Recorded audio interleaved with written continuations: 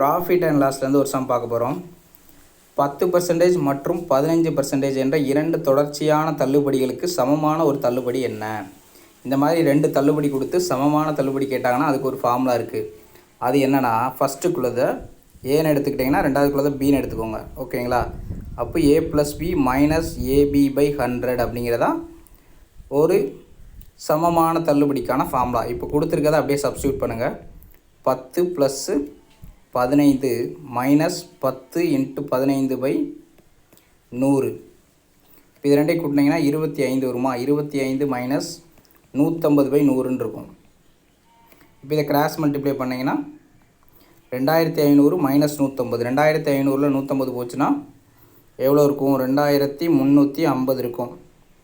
இப்போது இந்த 0 இந்த 0 அடிபட்டு போயிடும். இந்த 10க்கு ஒரு ஸ்தானம் தள்ளி புள்ளி வச்சிங்கன்னா 23.5%ங்கிறதான் ஆன்சர். ஆன்சர் வந்து பி. தேங்க்யூ.